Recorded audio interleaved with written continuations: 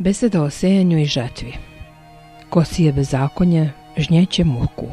Ako činiš bezakonje, može te muka i obići onoga dana kada činiš bezakonje, no ona je čula glas bezakonja i doći će neizostavno u svoj dan. Poneko sejanje je slatko i poneka je žetva gorka.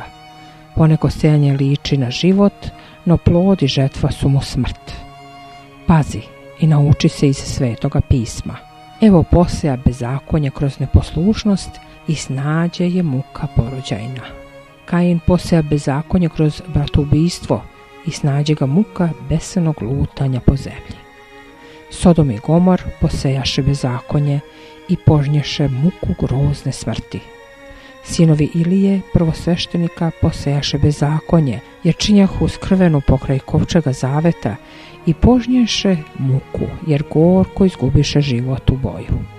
Sjeti se Saula, njegovog bezakonja i njegove muke, pa se sjeti Ahava i Jezavelje, pa se sjeti Irode i Jude, pa se sjeti dana današnjega i dana jučerašnjega i dana prek jučerašnjega i svakoga prošlog dana i oslušni reči svakoga dana. Ko sije bezakonje, žnjeće muku. Ima li sela na svetu kome ova nauka nije pred oči postavljena? Ima li krova koji pod sobom ne skriva takvu nauku? Ima li jednog živog čoveka koji se nije osvjedočio u ovu nauku na živim primjerima oko sebe? O Gospode premudri, tebi slava i hvala vavek. Amin.